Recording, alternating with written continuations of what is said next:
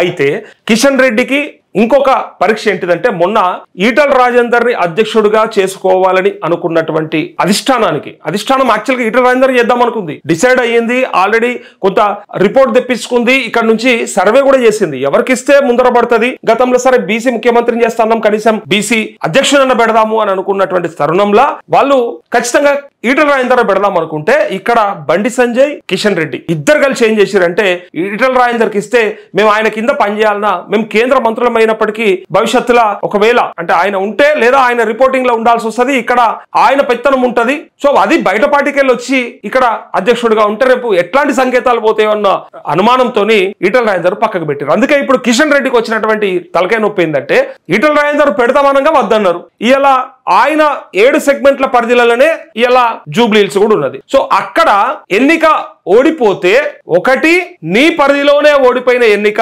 కాబట్టి నీ పనితనం ఏందనేది అడిగే ప్రశ్న ఒకటి వస్తుంది. రెండవది అధ్యక్షుడిగా ఈటల రాజేందర్ పెడదాం, ముందుకు పోతుంది పార్టీ, జర స్పీడప్ చేద్దామని చెప్పి అనుకుంటే కాదని పట్టుబట్టి రామచంద్రరావు కప్ప చెప్తే నీకు నచ్చినటువంటి క్యాండిడేట్ కి ఇప్పించుకున్నారు కదా, సో డెఫినెట్ గా గెలిపించుకోవాల్సిన బాధ్యత మీ పైన ఉండే కదా, ఏమైంది అని అడుగుతారు. లేదా ఇక్కడ రెండో వర్గం ఏదైతే వ్యతిరేక వర్గం ఉందో ఈ వర్గానికి వ్యతిరేకంగా ఇంకో వర్గం ఉంటది కదా, వాళ్ళు ఇక సోషల్ మీడియాలో దుమ్మెత్తిపోస్తారు.